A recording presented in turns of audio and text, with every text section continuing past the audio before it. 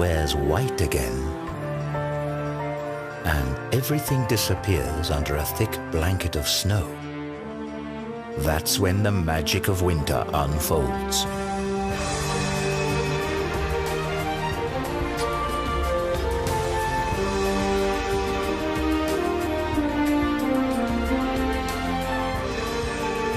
As in every year, nature shows us a world of wonders.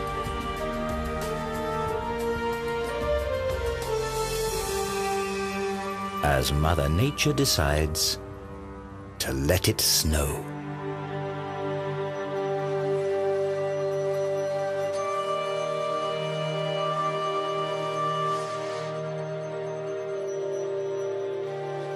Snow crystals are natural works of art, as fragile as they are ephemeral. Each crystal is unique, and yet all develop in accordance with the same six-fold symmetry.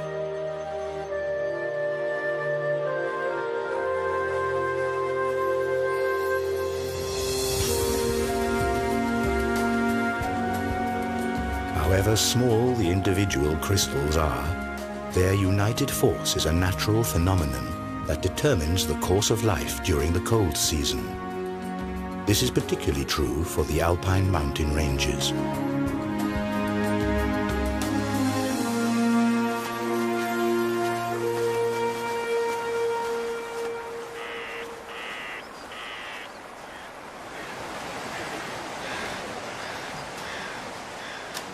It's December, and about time to look for a proper Christmas tree.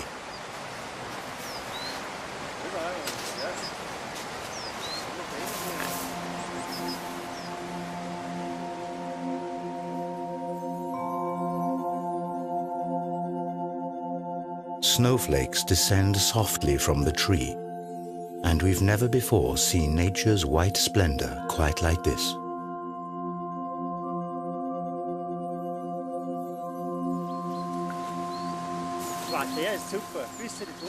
This tree is exactly right. It's the perfect choice.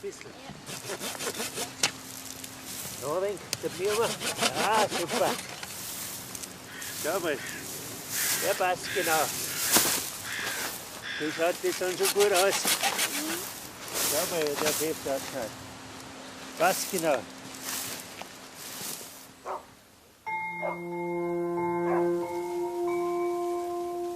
The landscape is deeply covered in snow, and here, in the Austrian mountains, it looks as though it's going to be a white Christmas again. But there's still a little time to go before then.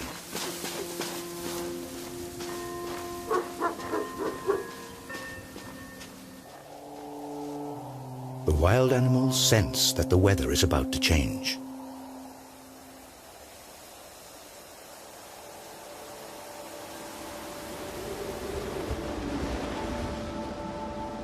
Dense clouds appear. The weather front carries moist air that collides with cold air masses in the alpine region. Ideal conditions for productive snowfalls.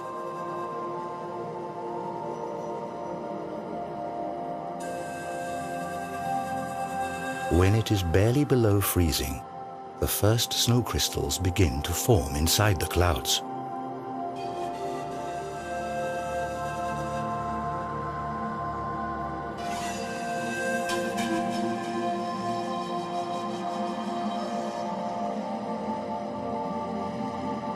Over time, they join up to form bigger flakes, and once they're heavy enough, they fall from the clouds and it snows.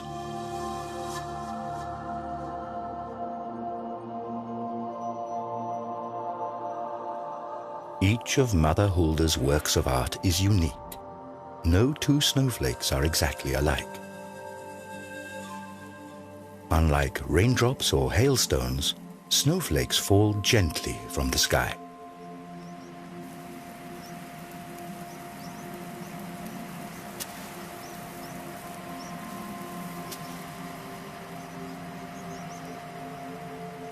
Once a snowflake touches water, it immediately melts, releasing the air inside.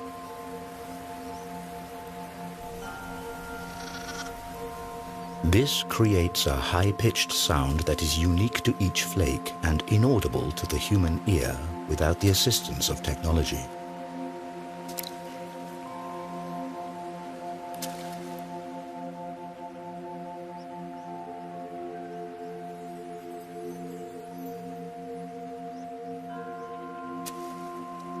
On their descent to the ground, some of these fragile structures run into warmer pockets of air and melt. But most of them make it all the way to the ground, where they form a blanket that keeps growing thicker. St. Nikolai in the Austrian Sylktal.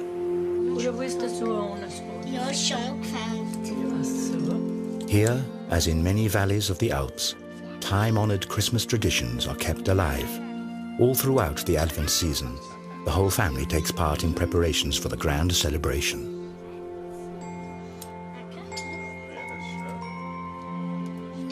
Stars are made from straw, both for the Christmas tree and to decorate the windows.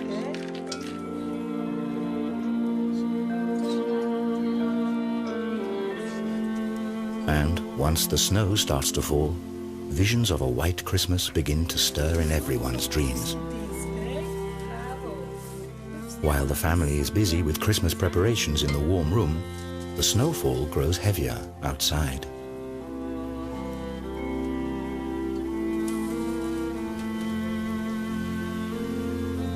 Not many dare to venture out the next morning.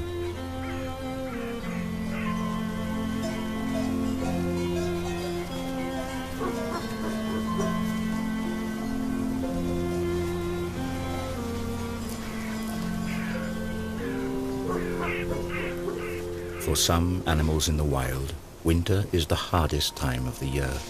Now they have to live off fat reserves they built up in the summer. They're protected by their winter fur, which is such an effective insulator that snow doesn't melt for hours. The new snow is deep and soft, and each step takes a lot of energy. During snowstorms, chamois and deer sometimes show surprising behavior. They allow themselves to get snowed in, as the blanket of snow protects them from wind and frost.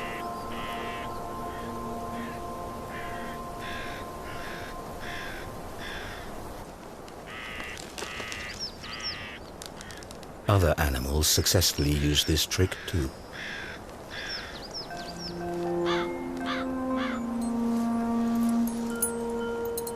Huskies spend the night outside. They don't mind even the sharpest frost and the heaviest snowfall. And in the morning, the hardy dogs are busy getting rid of the snow again.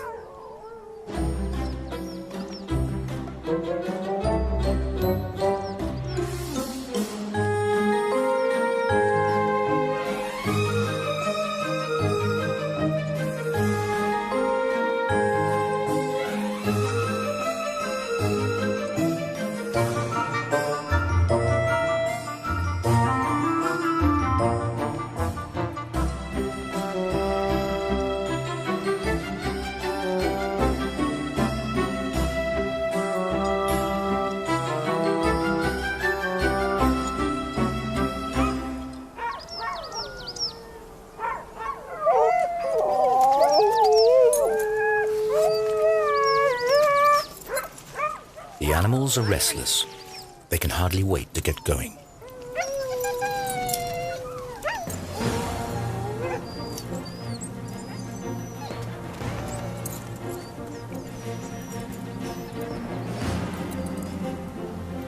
Huskies are originally from Siberia, where they've been used as sleigh dogs for centuries.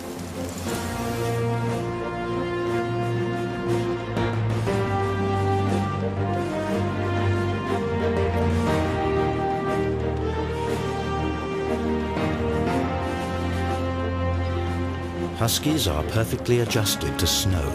Their paws are padded, and hair between their toes ensures a safe tread.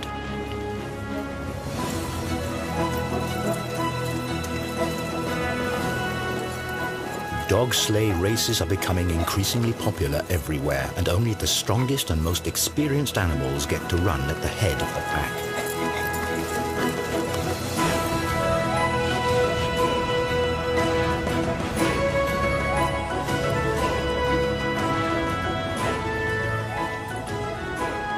Huskies are totally in their element in the snow.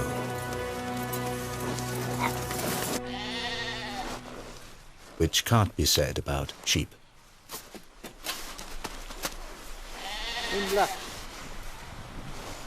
If a herd is surprised by a snowstorm, it usually means heavy shoveling for the shepherds.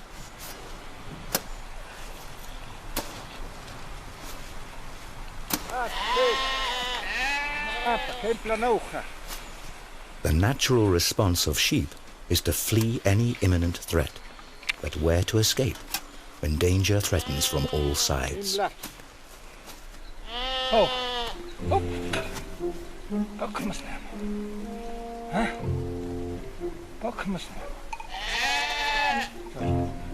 The sheep are noticeably confused.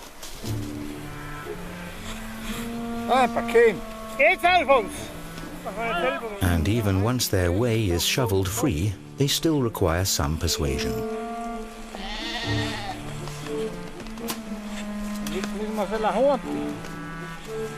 Without help, they would freeze to death, as in September 2007 when hundreds of sheep perished in the Austrian Alps. It takes quite some time until the strange caravan reaches the stable.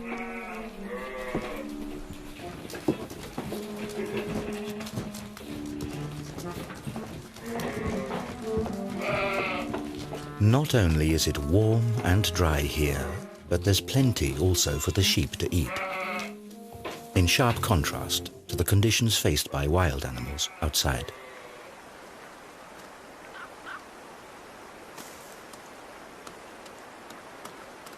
For chamois, for example, foraging in the winter is a challenge.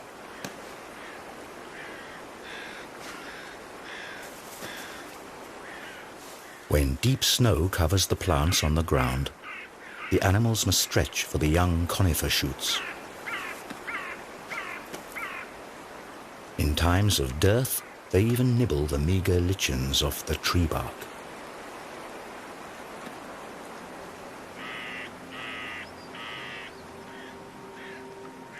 The splendid white snow is already several feet high as the next cold front approaches the Alps, bringing even more.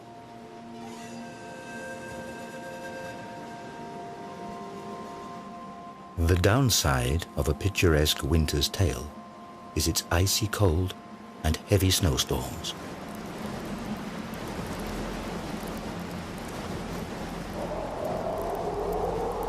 And once a dense snowfall and strong winds combine, things get really uncomfortable.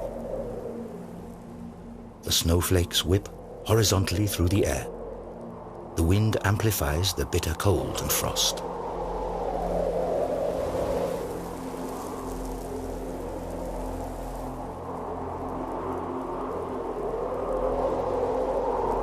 Animals in the wild suffer the most under such extreme weather conditions. Many of them must look for cover now.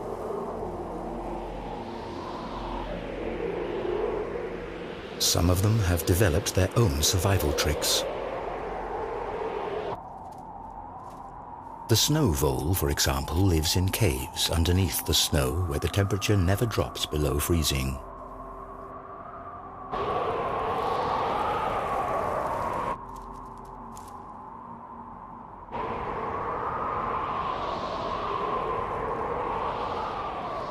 If the snow failed to appear and provide its protective layer, many animals and plants would not survive the winter.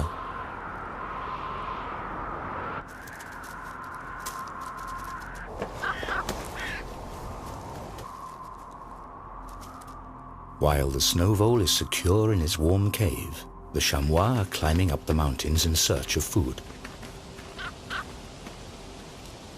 Above the timberline, the wind continues to blow the snow away and exposes withered grass. But these frozen tufts are merely signs for the chamois. They scratch right next to them for grass that didn't freeze under the snow, thus remaining edible.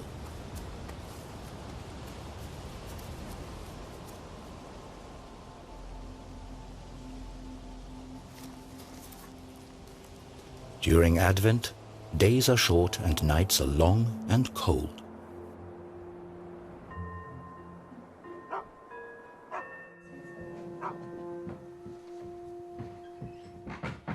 Inside the houses, though, it's warm, and the smell of biscuits, the long-awaited harbinger of the upcoming Christmas celebration, lingers everywhere. Many old customs and traditions brighten up this time of eager anticipation.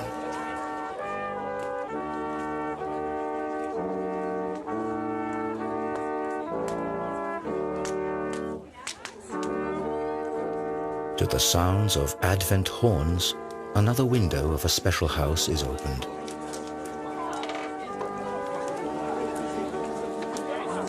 It's an oversized Advent calendar, and next to it, hot sweet chestnuts and open hearths provide warmth and a sense of belonging and well-being.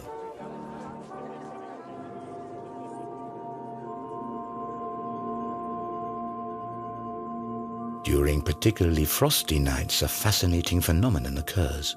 The moisture in the air freezes and turns into hoarfrost.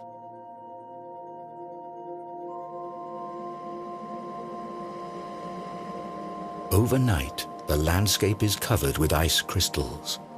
The result is a winter picture book panorama.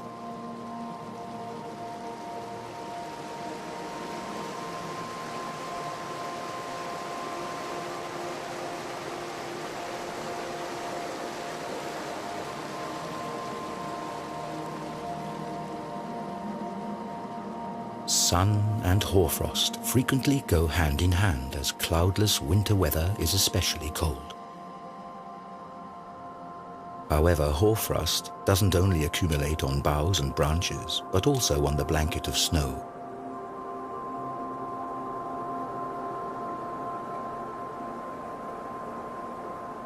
Its crystals differ considerably from the snow below. Hoarfrost is created at about -8 degrees Celsius or lower, and the moisture in the air freezes directly on surfaces.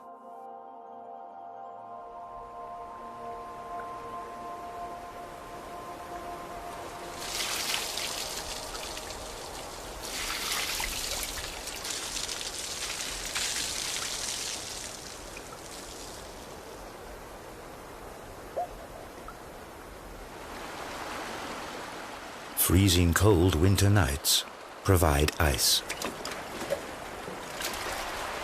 And the inhabitants of some alpine valleys take advantage of this. They still master the high art of ice cultivation.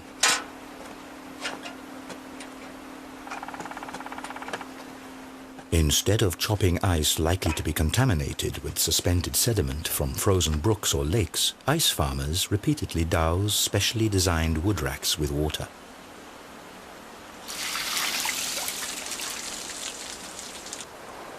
Taps several feet long of particularly clean ice are grown here in the cold, while any sediment is washed away by the surplus water.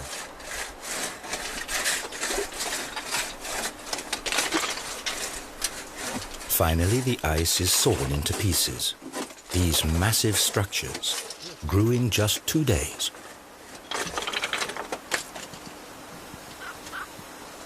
In order not to break up the highly sought-after ice scraps any further, they have to be carefully harvested and stowed.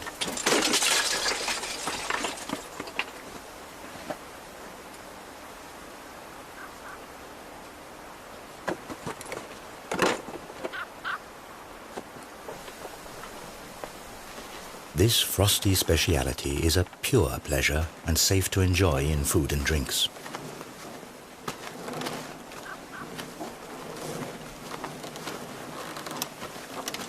In former times, people were dependent on the cold of winter if they wanted to freeze water.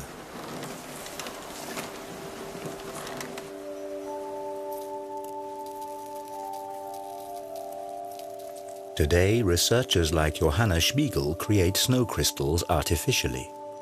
In the cold laboratories of the Swiss Federal Institute for Snow and Avalanche Research in Davos, temperatures as low as -40 degrees Celsius are common. Here, researchers create nature-identical snow.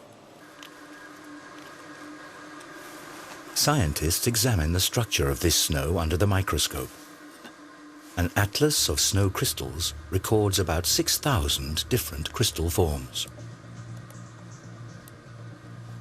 Humidity, temperature, and the water's molecular structure are crucial data points. Electrostatic fields align the water molecules hexagonally, and this basic structure holds steady as the water slowly freezes and the snow crystal gradually grows until it's finished.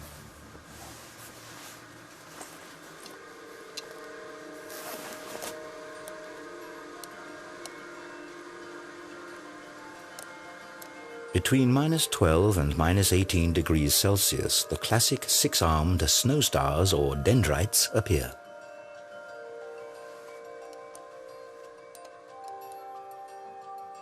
It's the temperature that determines how finely branched they become. Freezing water gives off heat, which decreases at higher temperatures, and this in turn causes additional variations in structure, because a bigger surface facilitates the discharge of heat.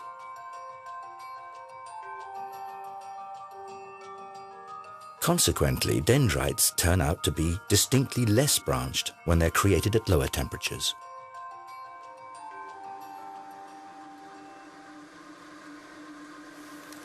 So, not all snow is alike, and at very low temperatures, snow crystals take on the form of little tiles, columns, and cylinders of ice.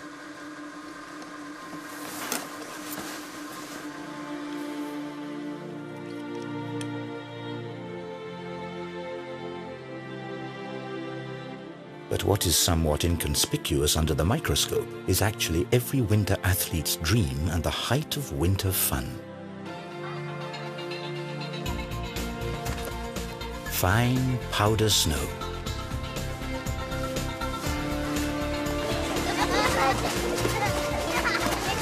Children are particularly fond of this delightful variety of winter's produce.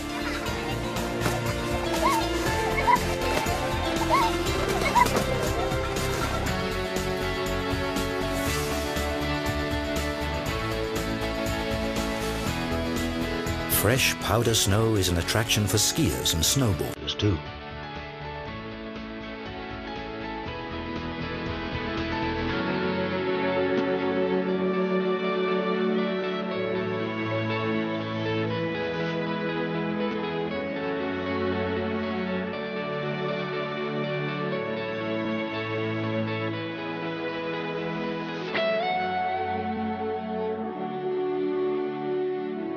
But sparkling white winter landscapes also serve another purpose.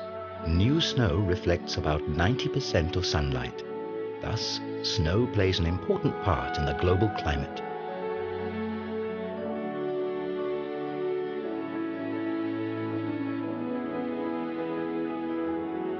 But why is snow actually white? The ice of the snow crystals is colorless and transparent. At the border surfaces between ice crystals and air, the white sunlight is reflected and scattered. And with enough randomly distributed ice crystals scattering light in all directions, the overall color that results is white.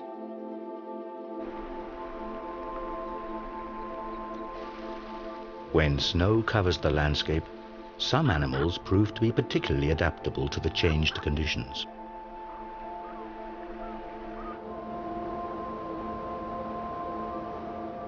During the winter, the ptarmigan with its bright white plumage is superbly camouflaged. It changes the colors of its feathers according to the season to deceive its enemies. The same is true for the mountain hare. However, its winter fur is more than camouflage. Thanks to its insulating properties, the hare survives temperatures of -30 Celsius. Not only in the Alps have the animals adapted themselves to winter. Red-crowned cranes are migratory birds. But on the Japanese island of Hokkaido, they remain at home throughout the year. During the winter months, these elegant birds perform their courtship ritual.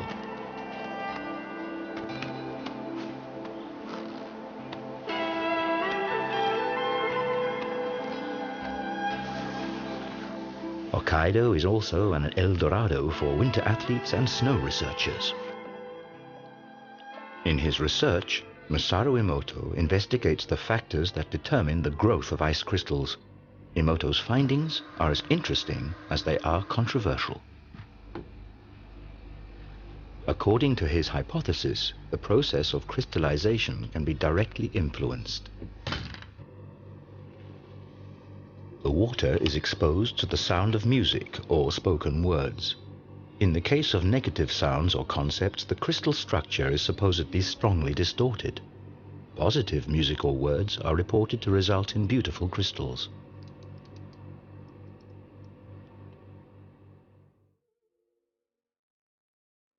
Classical opera seems to promote crystals of superb form.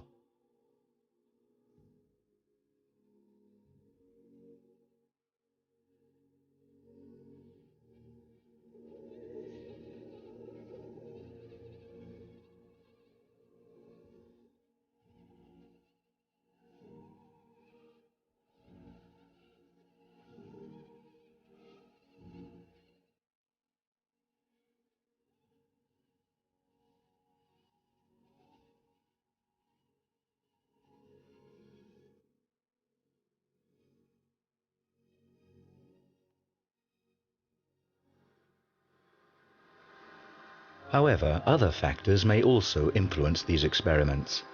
Ice crystals grow following a chaotic principle. Even the smallest influences change their shapes. Maybe it's simply the rhythmic sound waves of the angry music that disturb the development of their fragile structures.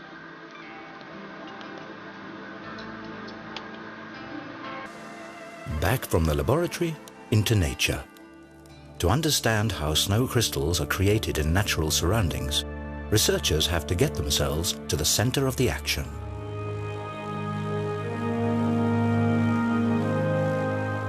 On board a hail defense aeroplane, the Austrian meteorologist Alexander Podesser flies straight into the heart of a snow cloud. Gauges measure temperature, humidity, and wind speed.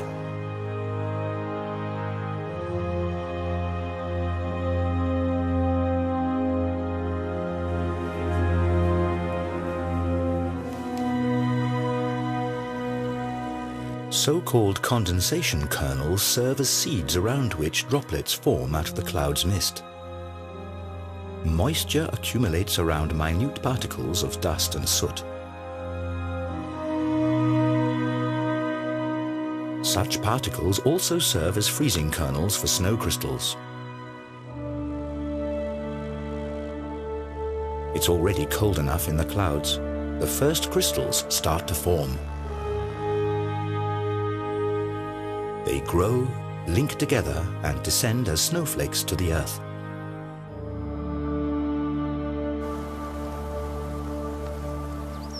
Here, this white splendor arrives just in time for Christmas.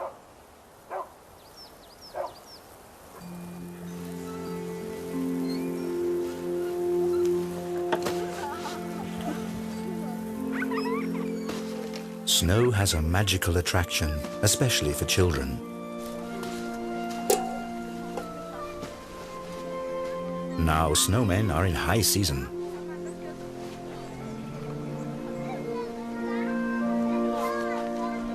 This tradition isn't all that old. The snowman became popular only in the 18th century as a symbol of the hard winter. But this image has changed due to improved living conditions, and people increasingly enjoyed the cold season.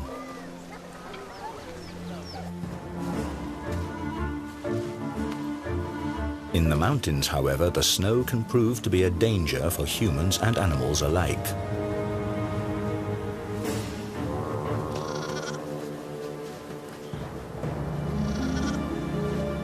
A young chamois is stuck in the deep snow.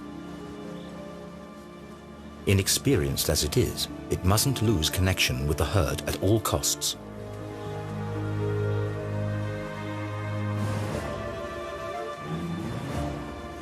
But the young animal sinks deep into the snow and falls further and further behind.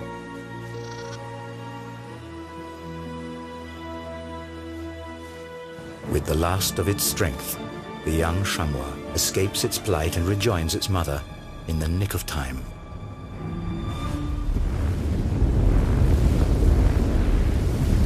A devastating avalanche thunders down into the valley.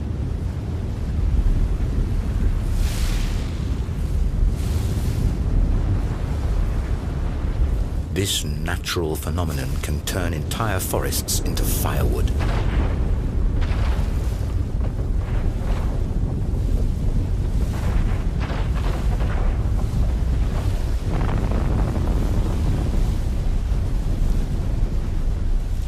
Avalanches are winter's greatest danger in the Alps.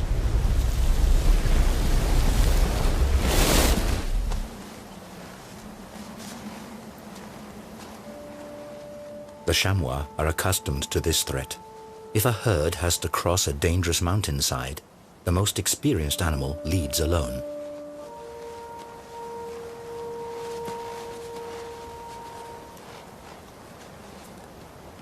Carefully, the chamois explores the situation and looks for a safe passage.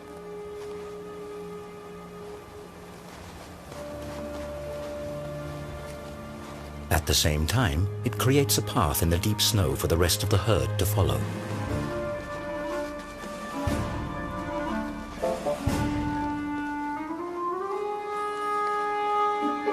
But the remaining animals proceed only after the leader has safely reached the other side.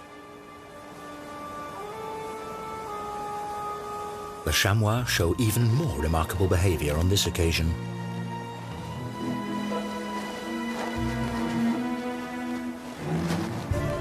The herd doesn't cross the hillside as one. Instead, the animals risk the dangerous passage one at a time.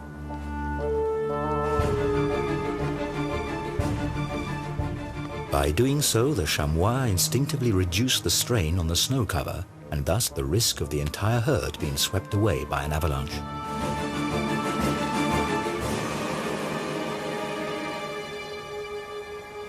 This danger is very real not only for the chamois.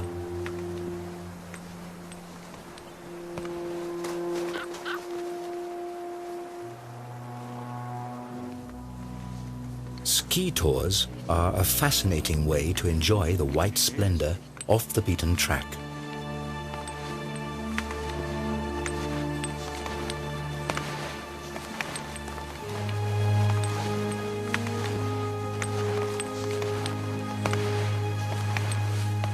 Experienced skiers, however, always keep a careful eye on the snow underneath them.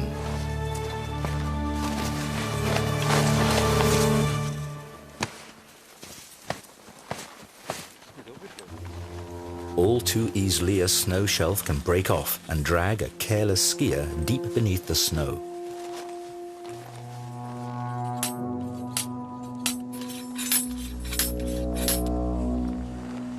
Wannengrat Mountain, near Davos.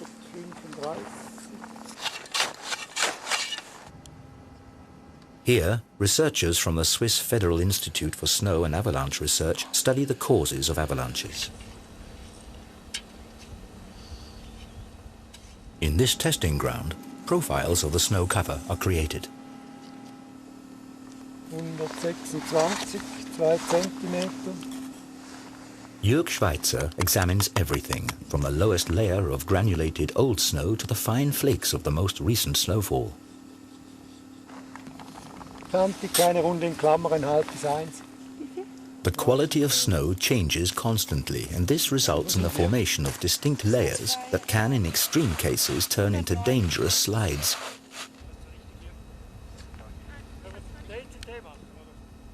The snow masses above these slippery layers can easily start moving.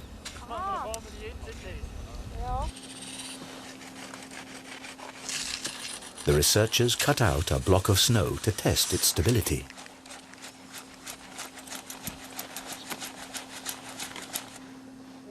With this kind of testing, a little jump usually suffices.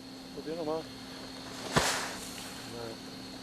Where the snow shears, the border layer is analyzed in meticulous detail. Da unten. The data is sent to avalanche warning services. But today, nothing gets in the way of enjoying the deep powder snow.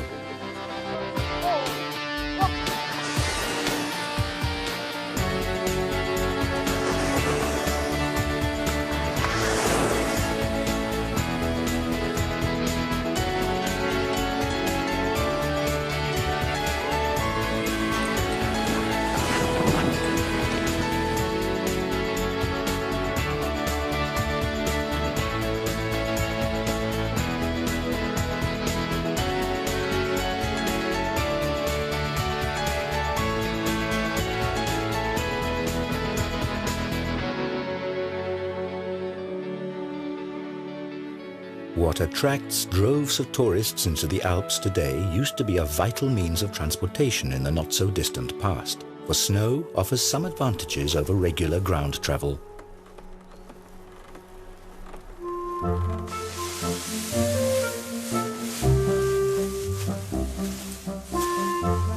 Last summer's hay is stored in small barns high up on the alpine pastures.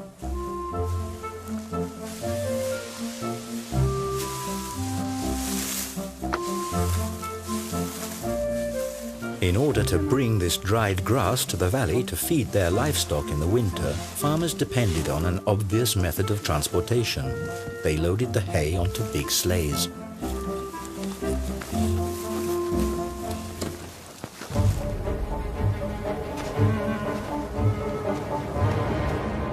Occasionally, going down the mountains is risky even for the Alps' master climbers.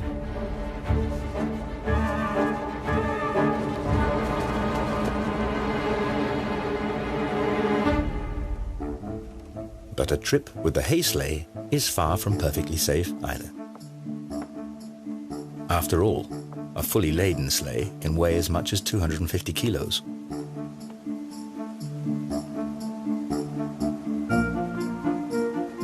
Across level stretches, they have to be towed to keep them from losing momentum.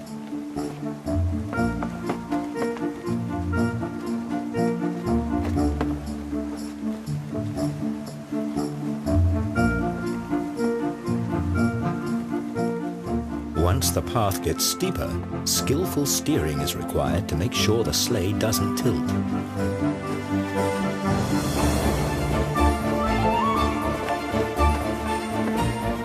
Few are masters of this art today.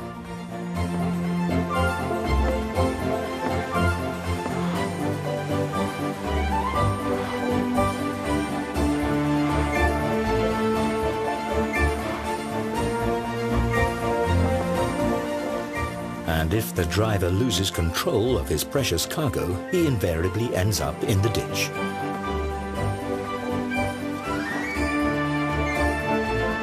This method of bringing in the hay requires careful attention and great skill, and in former times, serious accidents were common occurrences.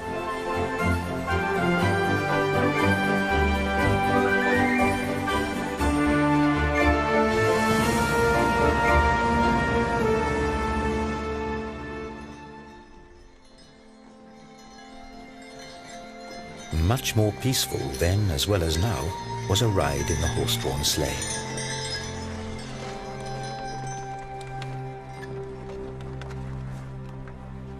In the evening twilight, when the snowy landscape gradually sinks into darkness, it is time for the coachman to light his lanterns.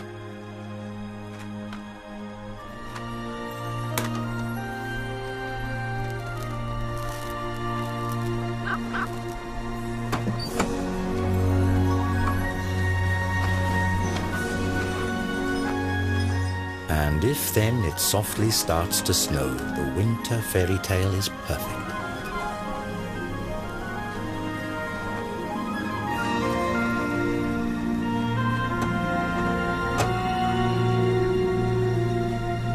Fluffy snowflakes are dancing in the sky, just like in a movie scene.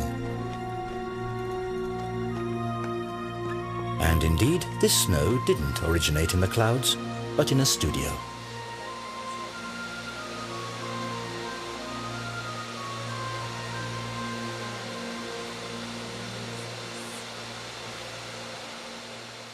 Here it is actually lava that is blown into the air, but creating snow at the push of a button is far from the real thing. Certainly nothing to compare to a genuine white Christmas. And luckily, sometimes nature plays along.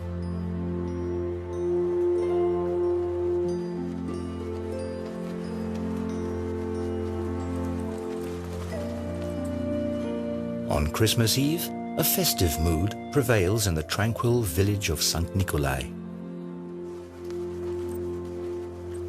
After church, many people come to see the Christmas nativity before returning home.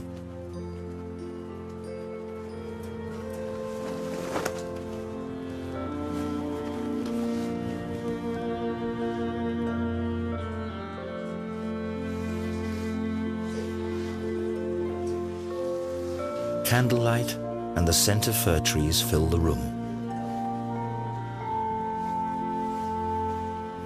The anticipation grows, and with it, the impatience. But finally, the big moment arrives.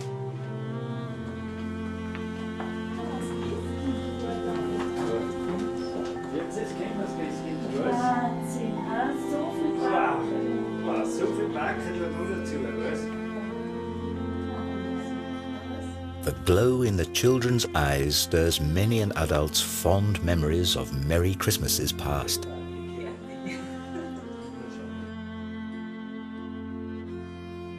A Christmas Eve that could hardly be more perfect. Inside, everyone celebrates, while outside it snows.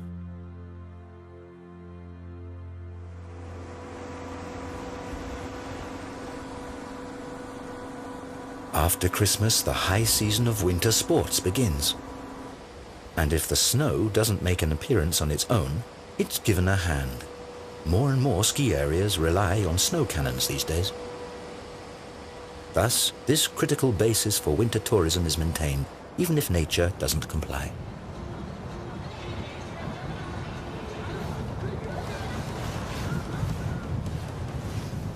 The average temperature of many alpine regions has risen noticeably over the last few decades. According to the predictions of climate researchers, this trend will only escalate. When there's too little snow, many ski resorts are already dependent on generating their white splendor artificially.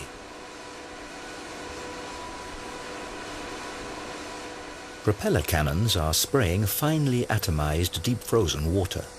But this method of producing snow is also controversial, as it requires a lot of energy and water.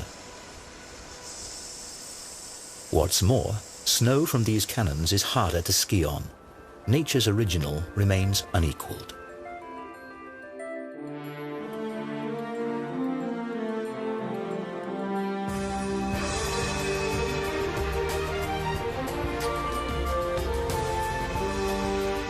The weeks come and go. In the mountains, the magic of snow presents its majestic beauty deep into spring. Occasionally, however, the silence of nature is disturbed by strange sounds.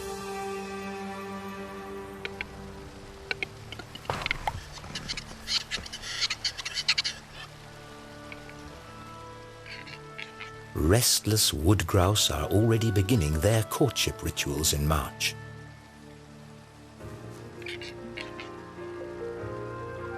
Their distinctive cries and splendid plumage are to attract females for the mating season soon at hand.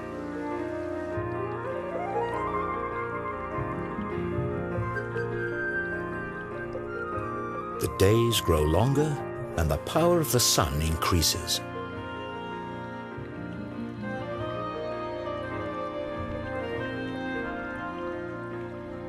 During the winter, snow and ice bound up large quantities of water that are now released in the warm spring air.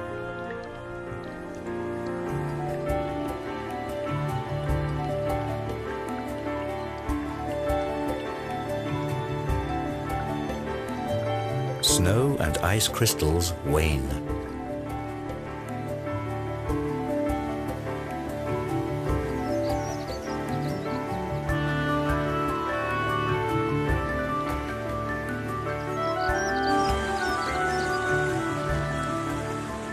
If the snow melts too quickly, a sudden deluge of water rushes down the mountains, potentially causing severe floods in the valleys.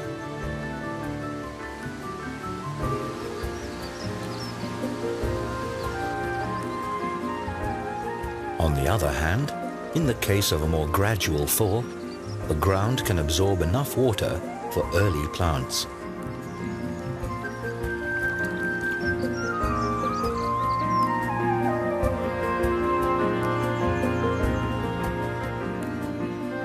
The snow vole is ready to venture outside again.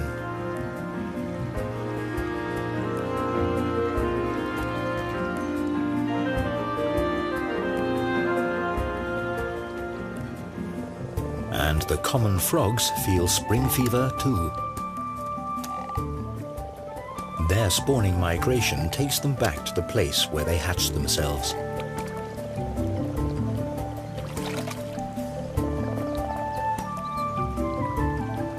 The shallow water fills with frogs and their spawn.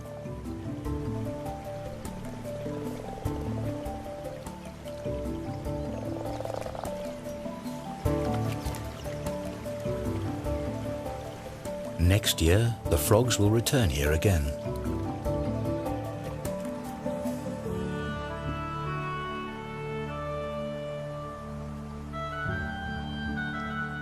Often the snow on the summits of the Alps remains throughout the whole year. The glacial ice is essentially nothing but condensed snow.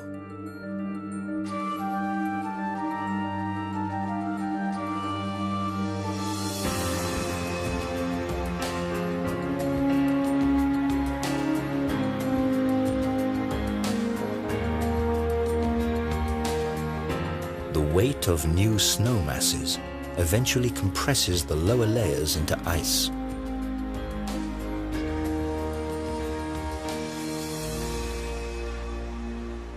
In the context of a broader climate change, this eternal ice may soon be a thing of the past.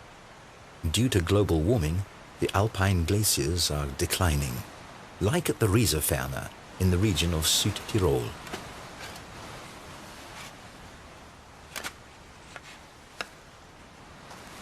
Mountain guide and hut keeper Gottfried Leitgeb explores the inner life of the ice masses.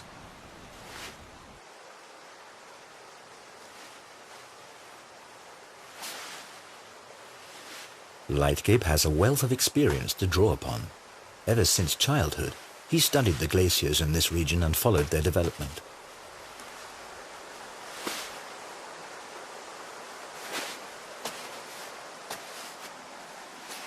However, this is a risky undertaking, as no one knows how stable the ice cover really is.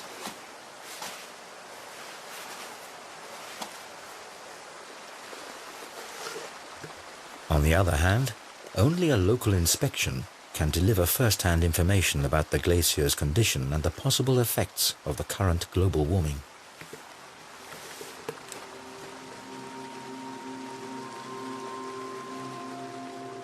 Gottfried Leitgeb's findings are alarming. The glacier has been shrinking for years.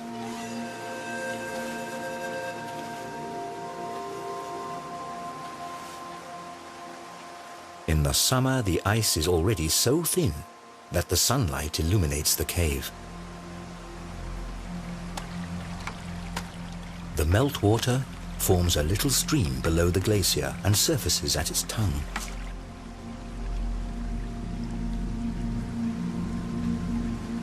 As fascinating as the sight of this nearly transparent ceiling may be, the danger of one of its thinned pieces of ice breaking off at any time is very real.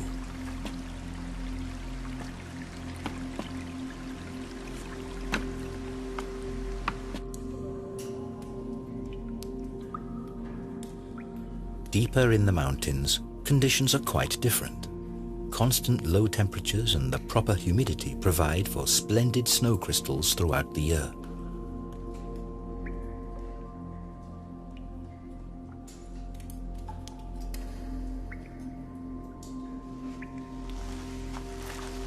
This cave is the natural counterpart to the cold laboratories of the snow researchers in Davos.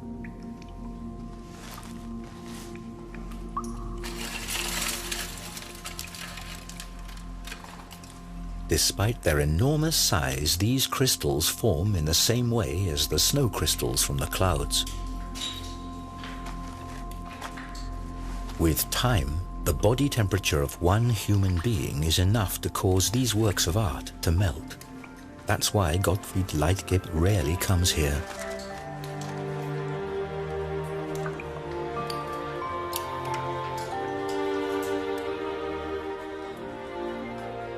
And we are also leaving this natural wonder.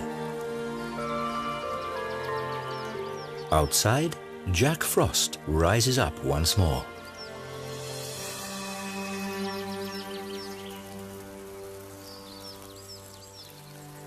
By the middle of May, the green mountain meadows set the stage for a final appearance of nature's white splendor. And one last time, the snow falls quietly until its return next winter.